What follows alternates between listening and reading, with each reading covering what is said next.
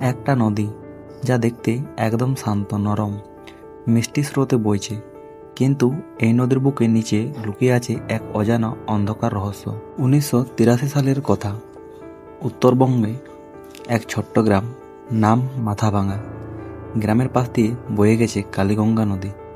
বছরের পর বছর ধরে এই নদী ছিল গ্রামের প্রাণ, কিন্তু সেই নদী একদিন গ্রামের শান্তি কেড়ে নিল। এক সকালে জেলে কেশব মাঝি নৌকা নিয়ে বেরিয়ে পড়ে। গ্রামের কেউ জানতো না এটাই ছিল তার শেষ ভোর। সন্ধ্যা পেরিয়ে রাত নামলেও কেশব ফেরেনি। নৌকা পাওয়া গেল, কিন্তু মাঝি নেই। কেউ বলল নদী টেনে নিয়েছে, কেউ বলল ওর নাম ধরে কেউ ডাকছিল নদীর ওপার থেকে। এরপর থেকে শুরু হলো অদ্ভুত সব ঘটনা। প্রতি পূর্ণিমা রাতে কেউ না কেউ হারিয়ে যেত নদীর ধারে। নৌকা ভেসে আসতো, মানুষ আসতো না। এক রাতে গ্রামের তরুণ রাহুল সিদ্ধান্ত নিল সে দেখবে আসলে নদীতে কি হচ্ছে।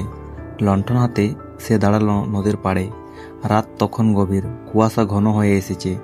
হঠাৎ নদীর ওপার যেন একটা ছায়া নড়ল। রাহুল চোখ কুঁচকে দেখল একজন মানুষ দাঁড়িয়ে আছে, পুরো ভিজে, কিন্তু মুখে কোনো শব্দ নেই।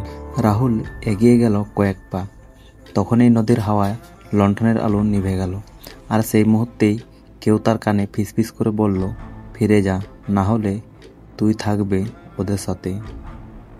পরের দিন সকালে রাহুলের জুতো, লণ্ঠন আর কিছু ভাসমান পাতা পাওয়া গেল নদীর ধারে, কিন্তু রাহুলের কোনো হদিস নেই। এক বৃদ্ধ বলেছিল এই নদী নাকি পুরনো এক অভিশাপ বয়ে বেড়াচ্ছে।